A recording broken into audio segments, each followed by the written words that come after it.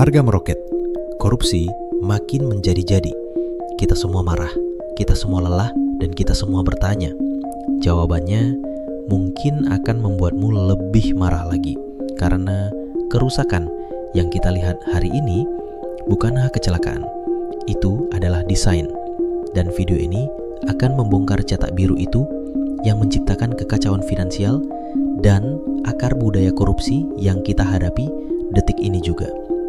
Mereka merancang permainannya dan kita masih terjebak di dalamnya.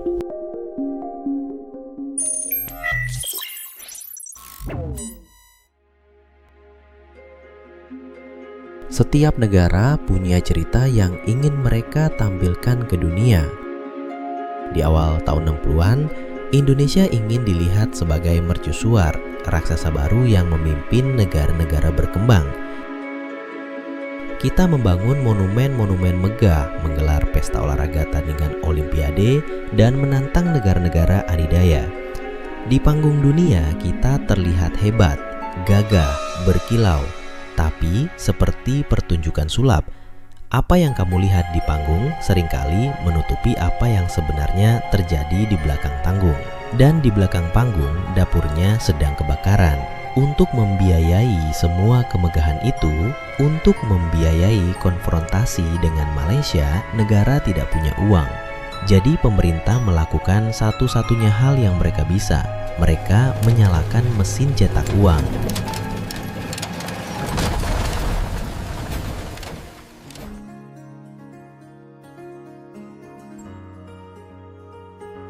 Sekarang, apa itu hiperinflasi? Jangan bayangkan istilah ekonomi yang rumit. Bayangkan saja begini, kamu punya warung, hari Senin harga sebungkus Indomie Rp1.000. Pemerintah cetak uang banyak, uang beredar 2 kali lipat. Hari Selasa, kamu sadar uang 1.000 kemarin nilainya sudah turun. Jadi kamu naikin harga Indomie jadi 2.000. Pemerintah panik, cetak uang lagi lebih banyak.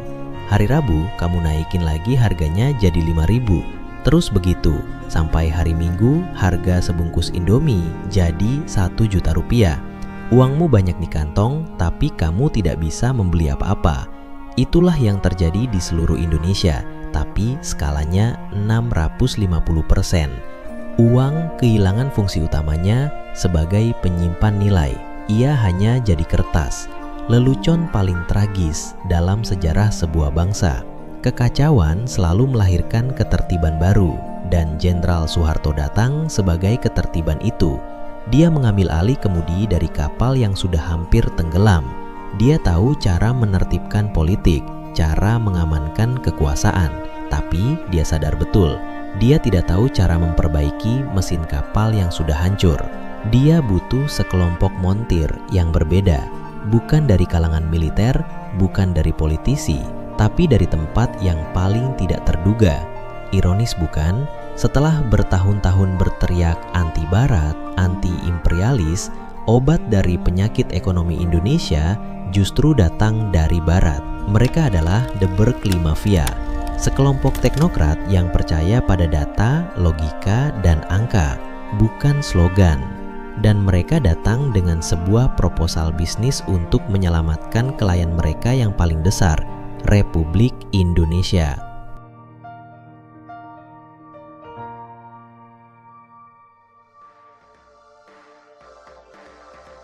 Pitch mereka pada dasarnya adalah kebalikan dari semua yang telah dilakukan sebelumnya. Pertama, dan yang paling penting, matikan mesin cetak uang. Anggaran negara harus seimbang. Kita hanya belanja sesuai apa yang kita punya. Tidak ada lagi kemegahan yang dibiayai dari utang tak terkendali.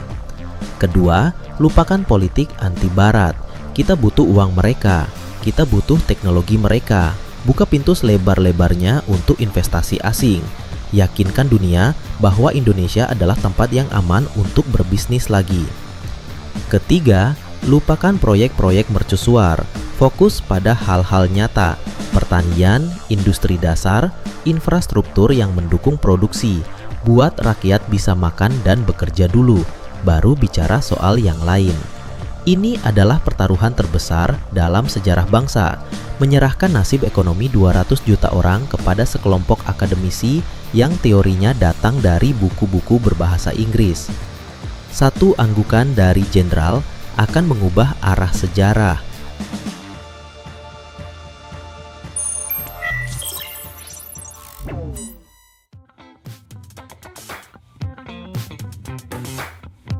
Di Jakarta tahun 70-an mereka punya resep untuk Indonesia bisa bangkit dalam sistem ekonomi. Resep tersebut dinamakan pertumbuhan. Prinsipnya sama, kejar terus, jangan pernah puas. Lebih besar, lebih cepat, lebih tinggi. Resep yang diberikan para teknokrat di babak 1 ternyata bukan cuma obat. Itu adalah steroid. Dan steroid itu mulai bekerja cepat sekali. Ingat pitch mereka di babak 1? Buka pintunya untuk barat. Dan begitu pintu itu dibuka, modal asing yang selama ini ragu-ragu langsung menyerbu masuk. Mereka datang dari Jepang, dari Amerika, dari Eropa, membawa dolar, membawa teknologi, membawa mesin. Jakarta yang tadinya kota yang sepi tiba-tiba menjadi lokasi konstruksi raksasa. Para teknokrat itu bukan lagi sekadar montir ekonomi. Mereka telah menjadi manajer investasi paling sukses di Asia Tenggara. Dan portofolio mereka adalah negara ini. Uang yang masuk tidak hanya disimpan di bank. Uang itu diubah menjadi besi, baja, beton, aspal. Waduk dibangun untuk mengairi sawah.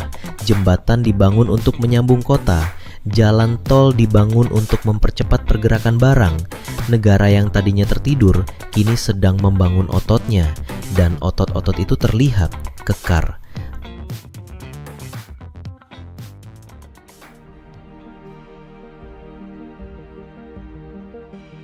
Tapi dari semua proyek raksasa itu, ada satu mahakarya yang menjadi simbol utama kesuksesan mereka. Sebuah pertaruhan yang menentukan reputasi mereka di mata dunia dan di mata rakyatnya sendiri. Pangan. Dengan program Revolusi Hijau, mereka mengubah wajah pertanian Indonesia selamanya. Mereka mengganti benih lokal dengan bibit unggul, membanjiri sawah dengan pupuk dan pestisida, sebuah formula pabrikan yang presisi. Banyak yang meragukannya, tapi angka tidak pernah bohong. Pada titik ini, mafia Berkeley bukan lagi sekadar penasihat. Mereka adalah masters of the universe, para dewa ekonomi dari Jakarta yang seolah bisa mengendalikan takdir hanya dengan grafik dan perhitungan. Mereka telah melakukan hal yang mustahil. Mereka menjinakkan monster inflasi. Mereka mengundang hujan uang, dan mereka memberi makan 200 juta perut. Pesta sedang berada di puncaknya. Semua orang berdansa, semua orang bahagia. Saat kamu berada di puncak dunia, kamu cenderung lupa untuk melihat ke bawah. Kamu lupa bahwa setiap pesta pada akhirnya akan mengirimkan tagihannya. Pertanyaannya bukan apakah tagihan itu akan datang. Pertanyaannya adalah kapan.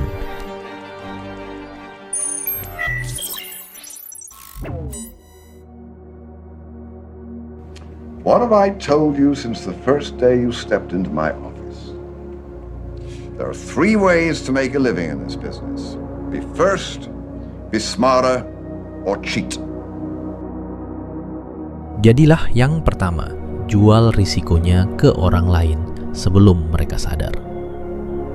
Selamatkan dirimu sendiri, itu adalah hukum rimba di Wall Street. Tapi filosofi itu tidak hanya hidup di gedung-gedung pencakar langit New York. Tanpa kita sadari, filosofi yang sama sedang dipraktikkan di Jakarta. Bedanya, aset beracun yang mereka jual bukanlah saham atau obligasi. Aset beracun itu adalah masa depan. Keajaiban ekonomi yang kita lihat di babak 2, pesta pembangunan yang meriah itu ternyata dibiayai dengan kartu kredit yang bunganya sangat mahal. Dan sekarang, tagihannya mulai datang satu persatu. Ingat, semua modal asing yang masuk ternyata sebagian besar bukan investasi murni, itu adalah utang. Bantuan dari IGGI, Bank Dunia, IMF, semua itu harus dibayar kembali dengan bunganya. Untuk membayar cicilan utang dan membiayai pembangunan, sumber daya alam kita menjadi ATM-nya. Hutan dianggap sebagai tumpukan kayu yang siap ditebang. Gunung dianggap sebagai bongkahan emas dan tembaga yang siap dikeruk. Kebijakan pintu terbuka dari babak 1 telah menjadi penjarahan terbuka. Alam adalah kreditur yang diam. Dia tidak mengirim surat tagihan. Tagihannya datang dalam bentuk banjir, tanah longsor, dan hilangnya keanekaragaman hayati. Sebuah tagihan yang jauh lebih mahal. Siapa yang sebenarnya membayar tagihan dari pesta pora ini?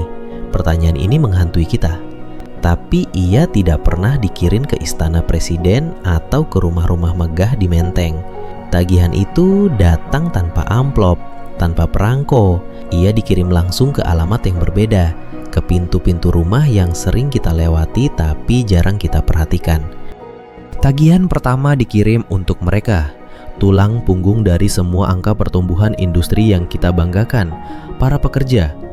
Ingat kebijakan pintu terbuka untuk investor asing dari babak 2. Apa produk jualan utama kita saat itu? Bukan teknologi, bukan inovasi.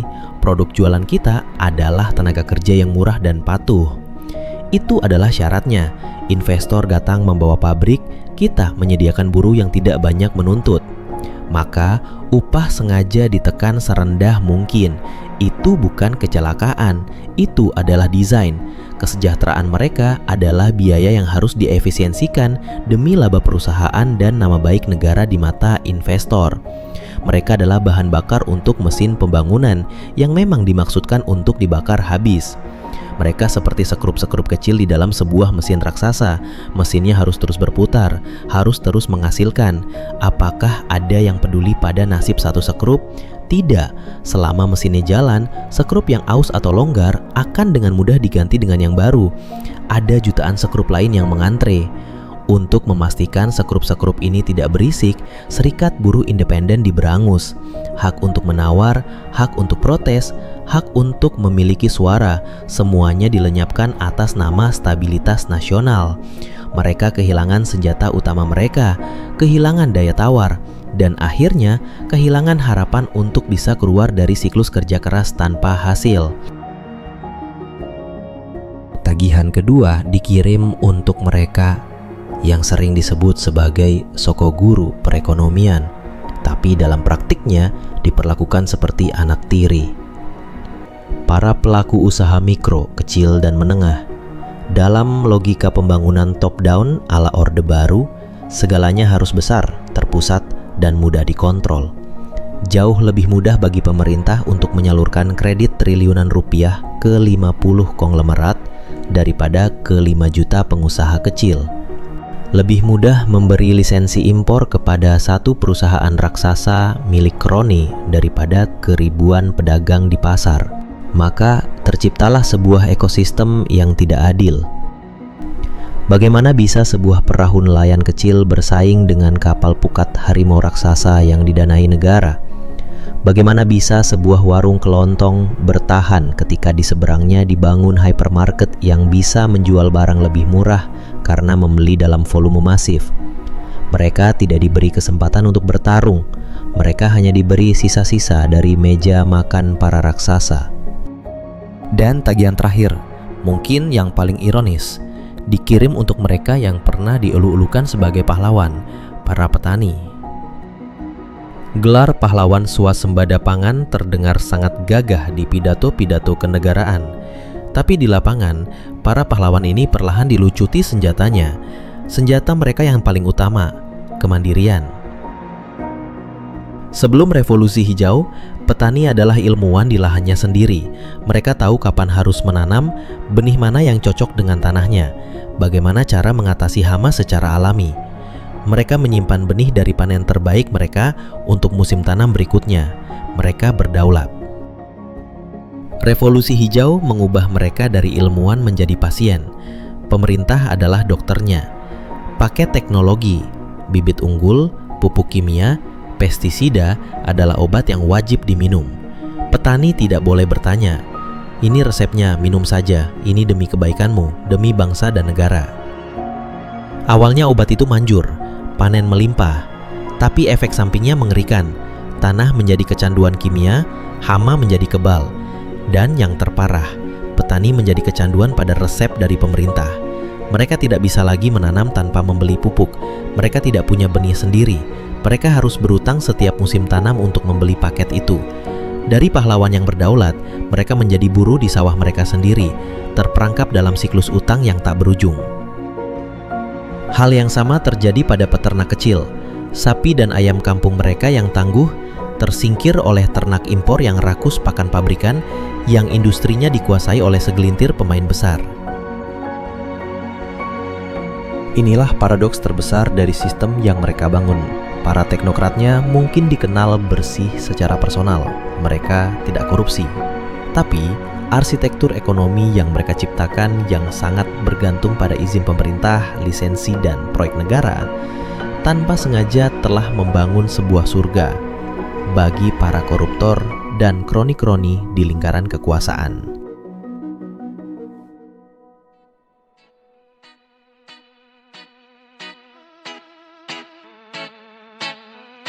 Congratulations. Thank you.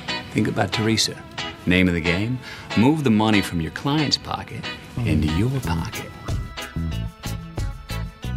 Di era Orde Baru, permainan ini mencapai level yang paling canggih. Dan para pemainnya bukan hanya teknokrat di Menara Gading. Oh, bukan. Para teknokrat adalah arsiteknya. Mereka merancang papan permainannya. Tapi para pemain sejatinya adalah mereka yang tahu cara memanfaatkan setiap celah dalam aturan main itu. Ini adalah babak tentang paradoks terbesar. Bagaimana sebuah sistem yang dirancang oleh orang-orang terpelajar justru melahirkan monster-monster ekonomi yang paling rakus dalam sejarah Indonesia. Sebut saja ini, simbiosis mutualisme terlarang. Para teknokrat butuh pertumbuhan ekonomi untuk membuktikan resep mereka berhasil. Bagaimana bisa kebijakan yang terlihat bagus di atas kertas dalam praktiknya menjadi mesin penghasil kekayaan untuk segelintir orang? Ini tidak serumit yang kamu bayangkan. Ada jurus-jurus sakti yang paling sering digunakan dalam permainan ini. Mari kita bedah satu persatu dengan bahasa paling sederhana. Jurus pertama adalah menciptakan jalan tol pribadi. Bayangkan sebuah jalan raya yang sibuk, semua orang boleh lewat. Lalu, pemerintah datang dan berkata, demi ketertiban dan kelancaran, mulai sekarang hanya mobil merek A yang boleh lewat jalan ini. Kebetulan, dealer mobil merek A itu milik teman baiknya pejabat.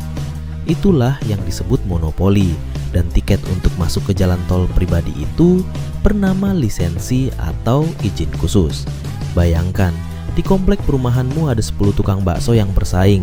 Harganya jadi murah, rasanya enak-enak karena semua mau jadi yang terbaik. Tiba-tiba, Pak RT yang baru mengeluarkan aturan. Demi menjaga kualitas dan kebersihan, hanya ada satu tukang bakso yang boleh jualan di komplek ini. Dan yang ditunjuk adalah keponakannya sendiri. Sekarang, ganti bakso dengan tepung terigu. Ganti keponakan Pak RT dengan satu perusahaan raksasa. Selama puluhan tahun, hanya perusahaan itu yang boleh mengimpor dan menggiling gandum menjadi tepung terigu untuk seluruh Indonesia. Artinya apa? Setiap pengusaha mie instan, setiap pabrik roti, setiap ibu yang membuat kue, setiap abang-abang penjual gorengan, semuanya harus membeli terigu dari satu sumber. Sumber itu yang menentukan harganya. Sumber itu yang mengontrol pasokannya. Ini bukan lagi bisnis, ini adalah kerajaan. Sebuah jalan tol pribadi yang keuntungannya mengalir deras ke kantong segelintir orang. Aturan dibuat untuk menciptakan pemain tunggal, dan pemain tunggal itu selalu orang yang sama. Jurus kedua adalah memberikan uang saku tak terbatas. Kita semua tahu, kalau mau pinjam uang ke bank untuk modal usaha, itu susahnya minta ampun. Kamu harus punya jaminan, proposal bisnis yang meyakinkan, riwayat keuanganmu diperiksa, rumahmu disurvei. Prosesnya panjang dan seringkali ditolak. Tapi di permainan ini ada jalur VIP, ada pintu belakang. Pengusaha-pengusaha yang dekat dengan kekuasaan bisa mendapatkan pinjaman triliunan rupiah dari bank-bank milik negara, seringkali dengan jaminan yang tidak sepadan atau bahkan hanya dengan modal koneksi. Mereka menggunakan uang itu untuk membangun hotel-hotel mewah, pabrik-pabrik raksasa, membeli tanah berhektar-hektar. Apa risikonya bagi mereka? Kecil, karena jika bisnisnya gagal dan kreditnya macet, kerugian itu tidak mereka tanggung sendiri. Kerugian itu menjadi beban bank negara, dan kerugian bank negara pada akhirnya menjadi beban kita semua sebagai pembayar pajak. Jurus yang paling umum adalah lomba yang pemenangnya sudah diatur. Idealnya, untuk setiap proyek diadakan lelang atau tender. Siapapun yang menawarkan kualitas terbaik dengan harga paling efisien, dialah yang menang. Itu namanya kompetisi yang adil. Tapi itu di dunia ideal, bukan di permainan ini. Inilah yang terjadi berulang kali. Tender hanyalah formalitas untuk memenuhi aturan di atas kertas. Di balik layar, pemenang sudah ditunjuk. Mereka mendapatkan proyeknya seringkali dengan anggaran yang sudah digelembungkan, markup yang keuntungannya kemudian dibagi-bagi di antara mereka yang terlibat dalam pengaturan ini. Hasilnya, jalan yang kualitasnya tidak sebagus seharusnya, gedung yang biayanya lebih mahal dari semestinya, dan uang negara mengalir bukan untuk hasil terbaik bagi rakyat. Inilah racun yang paling rumit. Kita sebut saja ini uang pelicin. Sistem birokrasi yang dirancang oleh para teknokrat yang sangat terpusat dan penuh dengan jenjang perizinan, tanpa sengaja menciptakan ribuan pos jaga atau gerbang tol tidak resmi. Setiap meja, setiap stempel, setiap tanda tangan dari pejabat menjadi sebuah gerbang yang bisa ditutup atau dibuka. Dan kekuasaan untuk menunda itulah yang mereka jual dengan harga mahal. Mau cepat? Bayar. Mau urusanmu lancar? Bayar. Mau berkasmu tidak hilang? Bayar. Bagi para konglomerat di babak 3, uang pelicin ini hanyalah biaya operasional kecil yang sudah mereka anggarkan. Mereka dengan senang hati membayarnya agar mesin bisnis raksasa mereka terus berjalan mulus. Tapi bagi pengusaha kecil yang modalnya pas-pasan atau bagi rakyat biasa, pajak tak terlihat ini bisa menjadi tembok penghalang yang tidak bisa ditembus. Ini yang membuat segalanya menjadi lebih mahal, lebih lambat, dan tidak pasti. Inilah racun yang paling merusak karena ia menormalisasi korupsi. Ia mengubah sogokan dari sebuah kejahatan menjadi sebuah kebiasaan. Ia merusak mentalitas aparat birokrasi dari pelayan publik menjadi penguasa kecil yang harus diservis. Dan racun ini meresap paling dalam ke tulang sumsum bangsa. Ini bukan lagi tentang kebijakan yang salah, ini tentang kebijakan yang benar, tapi dieksploitasi dengan sempurna. Ini bukan bug dalam sistem. Seiring berjalannya waktu, ini menjadi fitur utama dari sistem itu sendiri.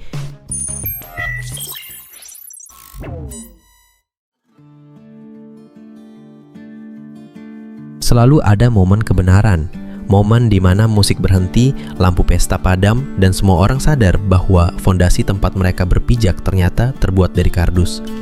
Jadi, setelah semua drama ini, apa yang sebenarnya diwariskan oleh para arsitek Orde Baru ini kepada kita? Di sisi aset, kita harus akui mereka berhasil menciptakan stabilitas dari kekacauan total. Mereka membangun institusi-institusi ekonomi seperti Bank Indonesia dan Bappenas yang kerangkanya masih kita gunakan sampai hari ini. Mereka mewariskan jalan, jembatan, bendungan, dan pelabuhan yang menjadi tulang punggung pergerakan ekonomi kita. Tanpa itu, kita mungkin masih jauh lebih tertinggal. Dengan berasentrismenya, mereka berhasil menyatukan bangsa di atas meja makan yang sama dan menciptakan ketahanan pangan yang meskipun rapuh, berhasil mencegah kelaparan massal.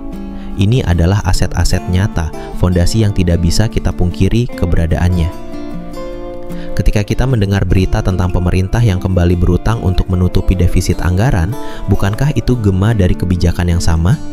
Ketika kita melihat segelintir perusahaan raksasa masih menguasai hajat hidup orang banyak, bukankah itu cetak biru yang sama?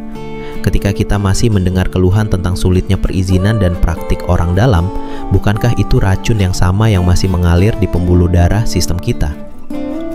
Arsiteknya telah pergi, tapi bangunannya masih berdiri, dan kita semua tinggal di dalamnya.